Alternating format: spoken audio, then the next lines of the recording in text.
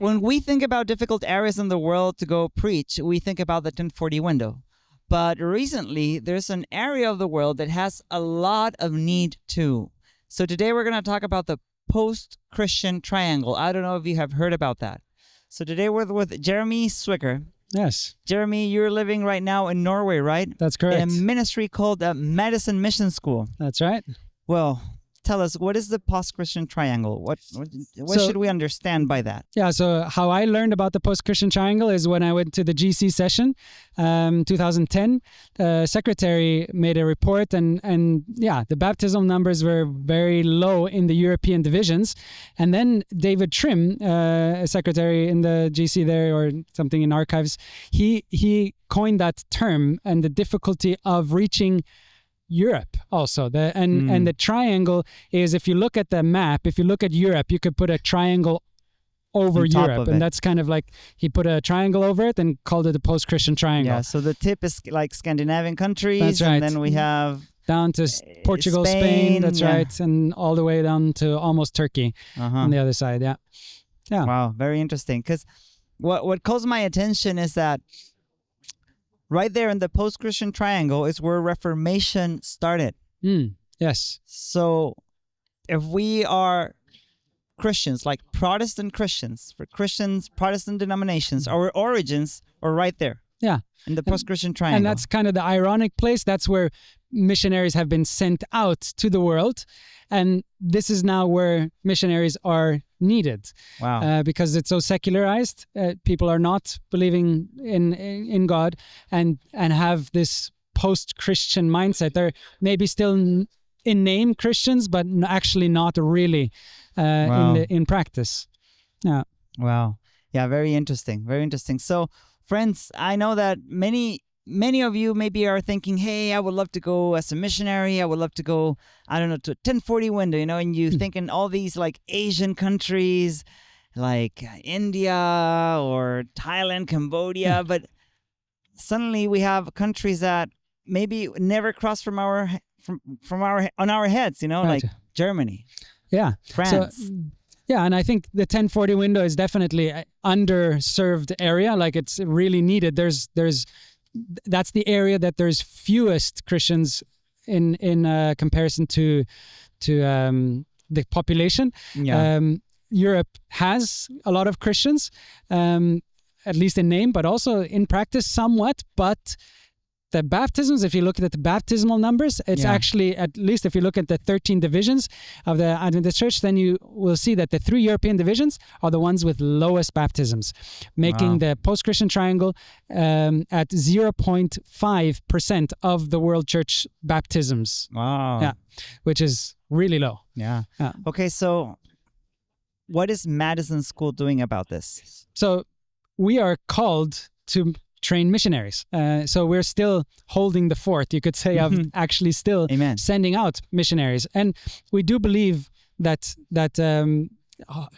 sending people into foreign missions, to the 1040 window, for example, or other places, will also strengthen home missions in the 1040 window, in the post-Christian triangle. So that's also something that I see in our churches in Europe.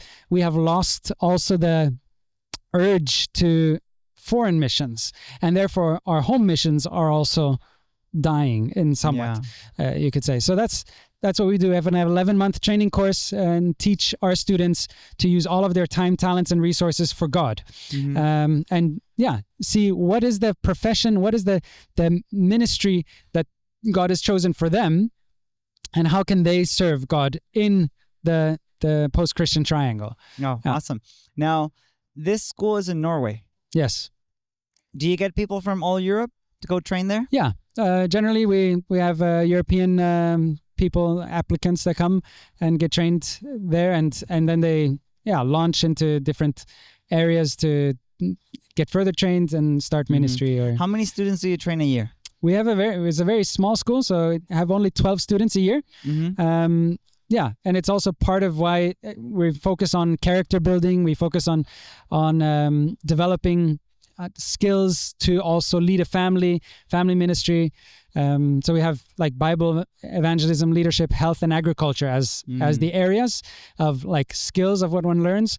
But I think the most important is the commitment of saying, hey, I want to give all of my life, all of my time, talents, and resources for God in service, and also the ability to actually develop character during that school year. So that's why we have chosen to have a smaller amount as well, and be able to have more staff-student interaction. Great. How many years have been Matteson in existence? Been operating? Yeah. Started in 86. Wow. So even before I was born.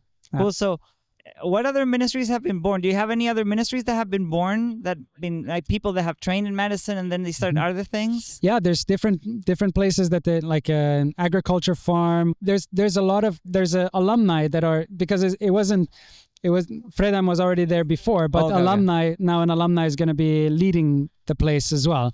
And there's a lot of staff that are part of the alumni from Matteson. Yeah, what do you have? It would be good to make a more clear list of that. Sure, sure. There's out in Bolivia and in Cambodia and different places. Cool. People are launched out. Awesome. So, what do they need to do to go to the school and apply? If you're interested in coming to the school, to get trained, go to matteson.no and look about the program, if it fits, if it's something that you're interested in, or find other places to get training and come to Europe and get engaged in outpostcenters.org. There's a lot of job opportunities also in Europe that you can find.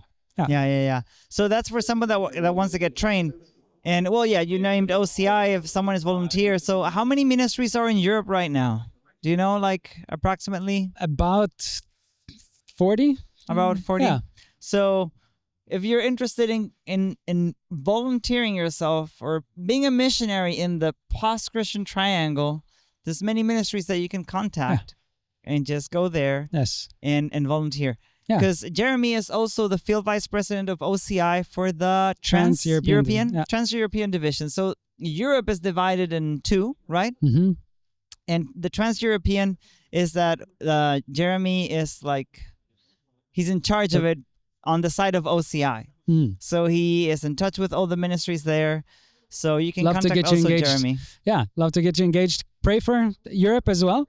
Yes, amen. That's a way. Or also support ministries and financially if you have the ability to do that. Yeah, so you can do all of that through outpostcenters.org.